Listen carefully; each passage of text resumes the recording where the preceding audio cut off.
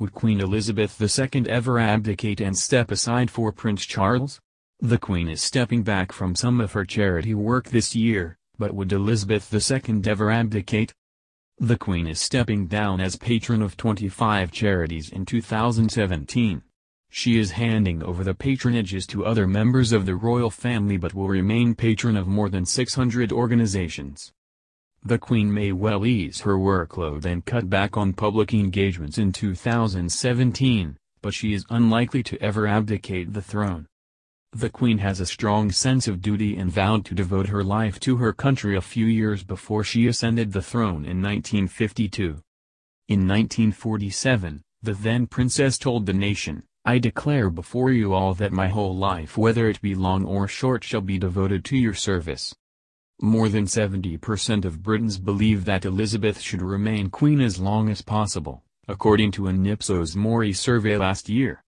Only 21% of those surveyed said that the Queen should abdicate at some point and 9% remained undecided on the matter. But support for the Queen retiring early was a little higher, at 61%, after participants were given some reasons why she might retire. The survey noted that the last pope retired in his 80s while several other European monarchs have recently abdicated due to old age. It added that the Queen turned 90 last year and Prince Charles has been waiting longer than any other heir to the throne in British history. Elizabeth became queen at the age of just 25, more than 40 years younger than her 68-year-old son and heir Prince Charles. If the Queen reigns for the rest of her life, she will be following the example of her father George VI, who was king until his death in 1952. She will also remember the crisis sparked when her uncle Edward VIII abdicated in 1936 in order to marry divorcee Wallis Simpson. Royal author Sarah Bradford told The Telegraph, "The Queen simply feels she must do her duty and she's never even contemplated abdication."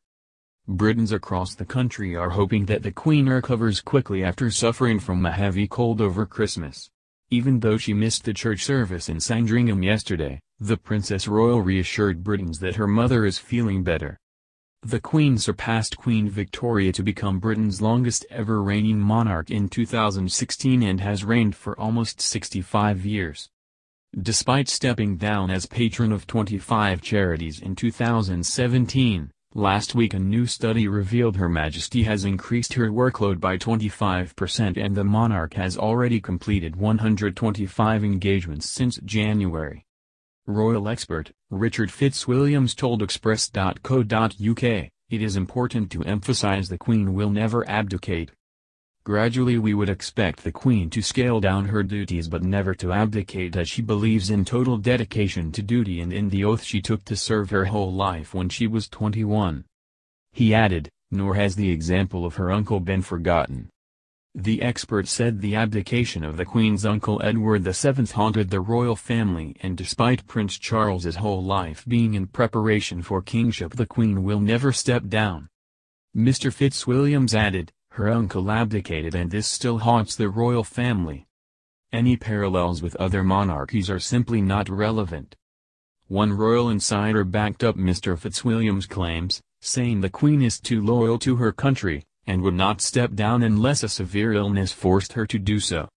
The source said, "The Queen has always been so vehement that there will never be a regency unless she was sick to the point of being unable to perform her duties. As long as she's healthy, regardless of her age, I don't see a regency. Other members of the royal family can just do more." Royal author Sarah Bradford also said, "The Queen simply feels she must do her duty and she's never even contemplated abdication." On her 21st birthday in 1947, speaking from Cape Town where she was on tour with her parents and younger sister, Elizabeth II told the Commonwealth she will serve for her whole life. The then princess said, "I can make my solemn act of dedication with a whole empire listening." Prince Charles is first in line to the throne if the Queen did decide to step down. But a YouGov poll has unveiled just 36% of the nation believes the royal has made a positive contribution to the monarchy, compared to 60% in 2013. A total of 27% also think he has had a negative impact on the royals. It is thought that the dip in the Prince of Wales' popularity is due to the negative press surrounding his treatment of Princess Diana when they were married after a series of documentaries revealed some of the secrets kept at the time.